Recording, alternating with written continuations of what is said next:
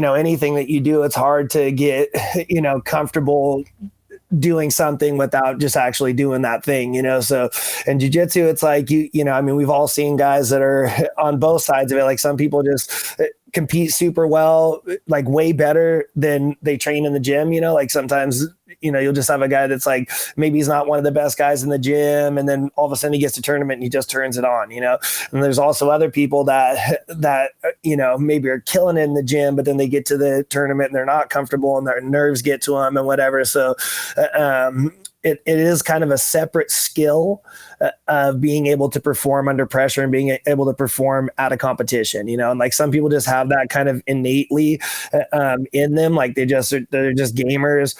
It comes to time, pressure's on, like whatever type of competition they're doing, they just like, and other people struggle with that. And I've competed for so long, like I've been on different levels of the spectrum, but I personally kind of struggle with that sometimes, when it comes time to compete. Like I know some people just wake up like super excited to get out there on the day and everything. And like sometimes I'm like that. And then other times I wake up on the day and I'm just like, oh, like, I was like traveling yesterday and whatever. And I'm just like, oh, really? I got to do this today. And then, so that's where kind of routines come in too, like you have to have a certain routine that helps you to put yourself in the right mind state. We may have talked about this last time too, but mantras help me a lot.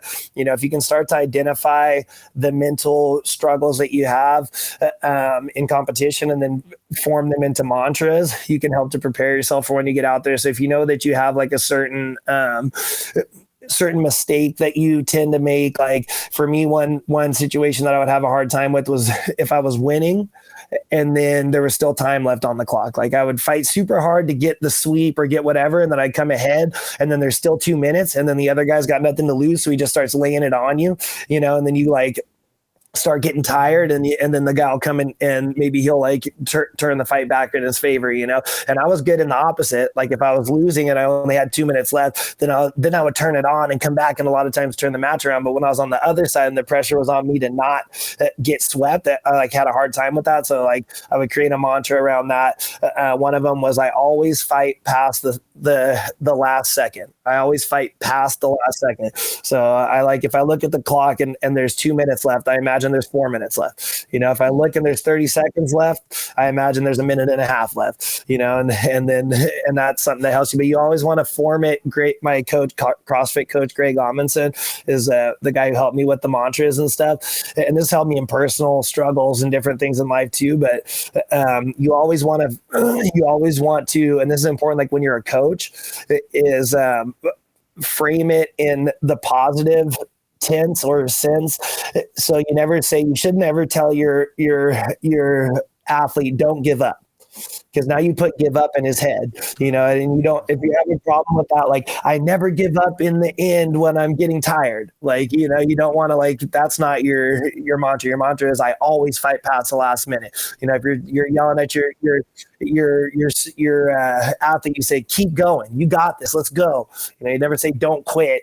You're not tired, because now you're putting tired in the guy's head. And he was like, I didn't even think I was tired. He's like, am I tired? Maybe I am tired. Exactly. No, that's brilliant, man.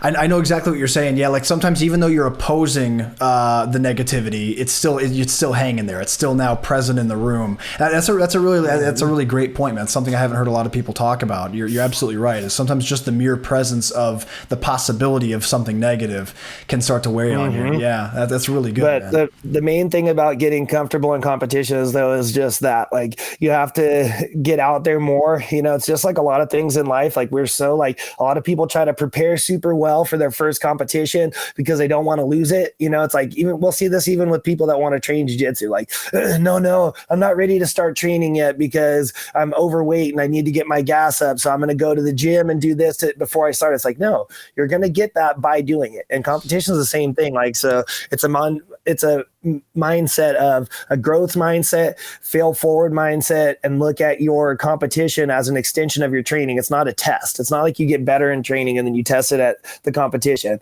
You of course you are getting better at training, and it is kind of a form of a test, but really most of the growth is going to happen through competing. And then you take that, when you get that feedback loop, that's what I like to call, is like a feedback loop of, like, I go and compete, and then the main thing after that is, like, and I would mess this up back in the day, would be like, you go and compete and then you take 2 weeks off, and then it's like, then you don't get the benefit of that competition. And then you start to backslide, and then you have to come back and start training again and try to get back to where you were. If you make it a feedback loop, like you go compete and then the next week you're in the gym, you'll notice that you, like, whether you won or lost, a lot of times you'll train super good in the gym the next week because either you're motivated because you lost or your confidence is super high because you won. And then you get training, you do really good. And that's where a lot of growth happens. And then you go take that growth to the next tournament, and then you come back and you just keep it going like that. And if you do that, and you're at it consistently, then there's no way for you to not get comfortable and just get better at the art of competing and better at jiu-jitsu in general,